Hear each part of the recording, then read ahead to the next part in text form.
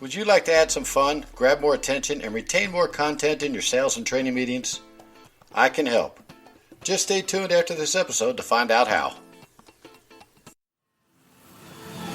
Welcome to the 10-Minute Car Sales Talk Podcast, where it's all about life in the car business. Telling you like it is, here's the man with the plan, Terry Cameron.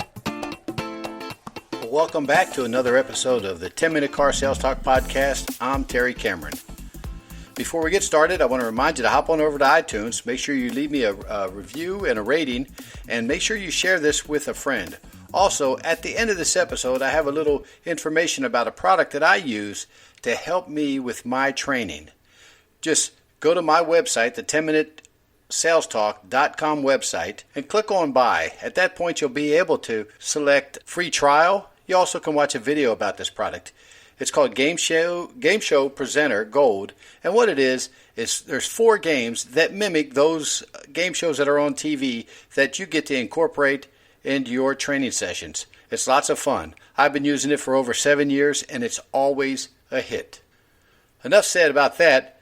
What I want to talk about today is the delivery. One of the most important steps in the sales process, but it's also one of the most overlooked.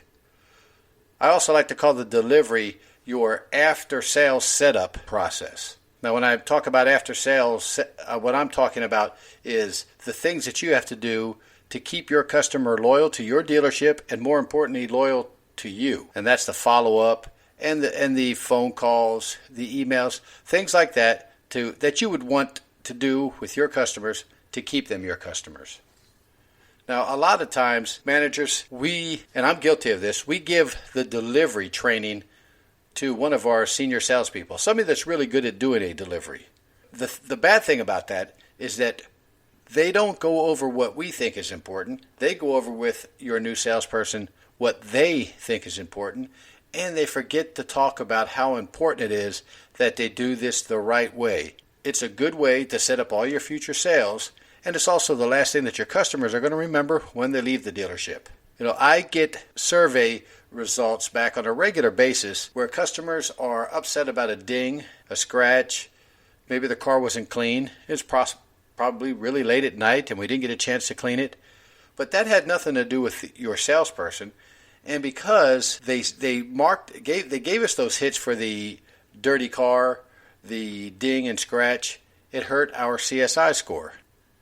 I think that if we do a good delivery and we let the customer know about the ding, the scratch, and the fact that it's 2 hours past closing time and we don't have anybody there and make ready to do a proper cleanup of the vehicle, we can give them a heads up on the survey that they're going to receive in their email and let them know that, hey, Mr. Customer, we're going to address this tomorrow when we're open, but when you get your survey, please do not mark it wrong. Don't mark it dirty because there's nothing I could have done about that and it affects my score more than anything.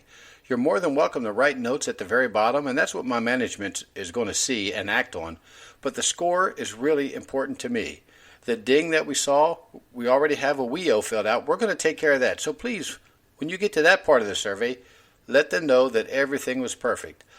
Unless, of course, you don't think I deserve a perfect score. If we let our customers know about this and we let them know what to expect on the survey, when they get that survey, they'll remember it.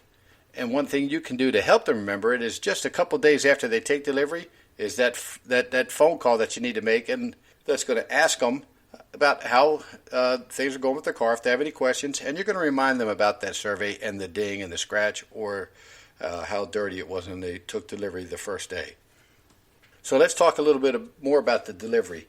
I was at a meeting one day, and I was working with some managers of a Porsche dealership, and they told me just how long that their salespeople spend on the delivery. They tell me it took anywhere from 2 to 3 hours on the delivery, and that was kind of mandatory. And I guess when you're buying a car, like a Porsche, there's probably a lot of questions, a lot of things that need to be answered. But they did it 100% of the time because it was tied into their pay. Think about this. If you're selling a $30,000 car, you ought to spend at least 30, 45 minutes with the customer on the delivery. And I know sometimes it's not possible because it is late and they're trying to get out of there. But A lot of this delivery preparation can be done as they're waiting or while they're waiting to get in to see the business manager. Look, we always complain about how long it takes to get into the box. So while they're waiting, instead of standing off in the corner complaining about it, let's start our delivery process now. If we spend 30 to 45 minutes getting ready or doing our delivery while they're waiting to get into finance, when they come out, we got 5 or 10 minutes to follow up with them to go, just clean it up and pat them on the butt and let them go bust bugs with their new car. We don't have to spend another 35, 40 minutes after the fact. This is really important because this is what's going to stick in the mind of a customer. You also use your delivery to start planning for your next sale to the customer. 95% of the people you sell a car today is going to buy another car. And if you take care of them on the delivery and the follow-up, you have a really good chance of getting that second, third, fourth sale from them.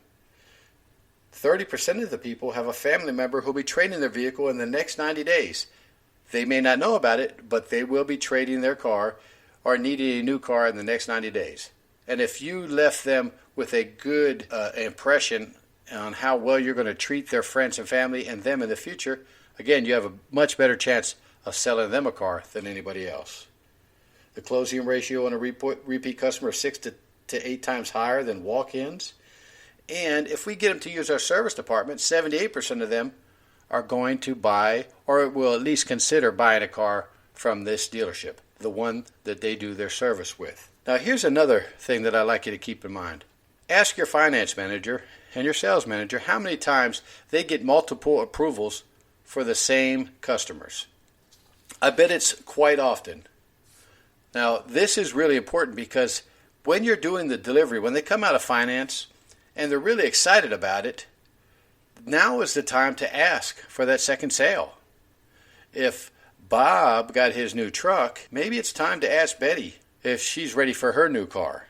Remember, the emotions are high. We already have the approval, so it's not going to take a whole lot longer.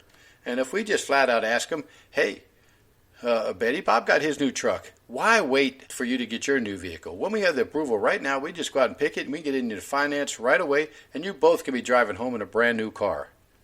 Remember, the emotion is there. This is the time to ask for it. I'm not sure of the exact statistic, but I heard of anywhere from 10 to 30% of the people will say yes at this time. So think about it. If you're at that 30% mark and you sold 10 cars, you're going to sell 3 more just by asking for the additional sale at the time of delivery. Now, every manufacturer I know has their own delivery process. There are certain things they want you to cover. But I can tell you what I see every day are the hot buttons, are the high-tech things, the Bluetooth, the navigation, pairing phones, programming radio stations. People have problems with those, but that's what they really want to use. So spend more time on these high-tech options that are on cars. And remind your customer that you're going to follow up with them the very next day to ask them if they have any other questions or if they forgot any of the things that you mentioned to them.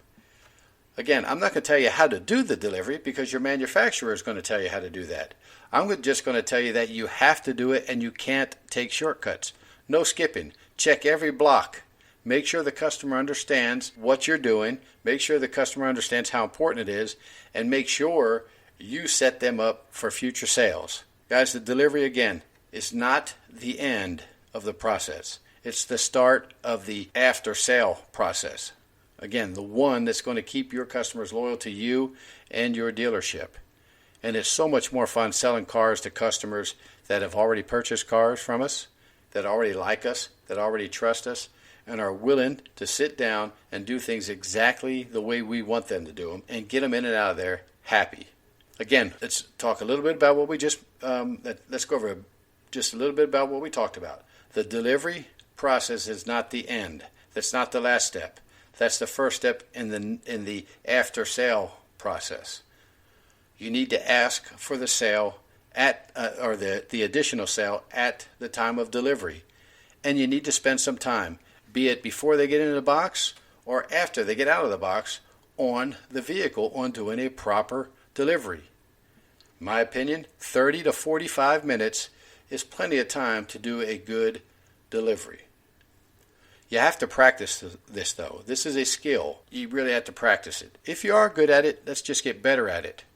Managers, again, if you're going to hand over the training portion of how to do a delivery to a senior salesperson, make sure you let them know just how important this process is. It's not just a dog and pony show. So like I mentioned in the very beginning, listen to my little announcement at the end of the episode about the Game Show Presenter Gold tool. Again, you can try it for free. There's a video to watch it, but if you decide to purchase it, for listeners to the 10-Minute Car Sales Talk podcast, there is a 10% discount, and I really believe that you will enjoy it just as much as your salespeople will enjoy it. So again, guys, the sky's the limit. I'll see you next week. Thanks for listening to this week's podcast. Please rate it on iTunes and visit the 10minutesalestalk.com website to send an email. We appreciate your valuable feedback, and don't forget to share the show with a friend. Trainers, managers, and teachers, are you looking for a way to add fun to your training while keeping 100% of the focus of your class? I can help you because I discovered a tool that is attention magic. I've been using this tool for over 7 years, and it's always a hit. I'm talking about Game Show Presenter Gold software. The amazing thing is that it makes it fun for people to pay attention, and people do pay attention to something that's challenging, competitive, and fun. Here's how it works. Game Show Presenter is a multimedia template. You just choose one of the built-in game show formats, then customize it with questions and answers about your topic, and your game is ready to play. The software handles the music, graphics, and scorekeeping. Game Show Presenter works with almost any audience, but for training salespeople, it's a blast because their competitive nature kicks in and they get a chance to show what they know and sometimes embarrass themselves a bit for what they don't know. Either way, the game makes for a memorable experience. I have a link to the Game Show Presenter software on my website, so come check it out. I've arranged for my listeners to get a 10% discount off the $99 one-time price. So be sure to use the buy link on my page, 10minutesalestalk.com. Game Show Presenter Gold. It'll transform your next training session like magic.